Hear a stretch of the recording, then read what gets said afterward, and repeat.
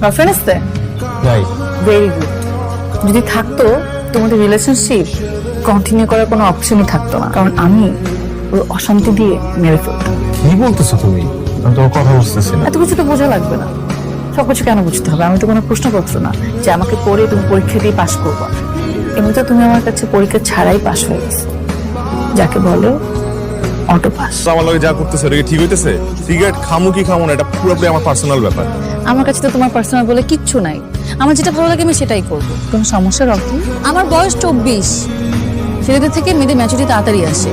আজকে থেকে এটা আমার, আজকে থেকে এটাও আমার। শোনো, আমি না ঘুরে পেঁচে কোনো কথা বলতে পারি না, যা বলি সরাসরি বলি। আমি তোমাকে ভালোবাসি রক। সুস্থ মানুষেরা না সত্যিকারে ভালোবাসতে পারে না। যারা সত্যিকারে ভালোবাসে তারা একটু পাগলই হয়। বুঝাবো না? বুঝাইয়ে দিই।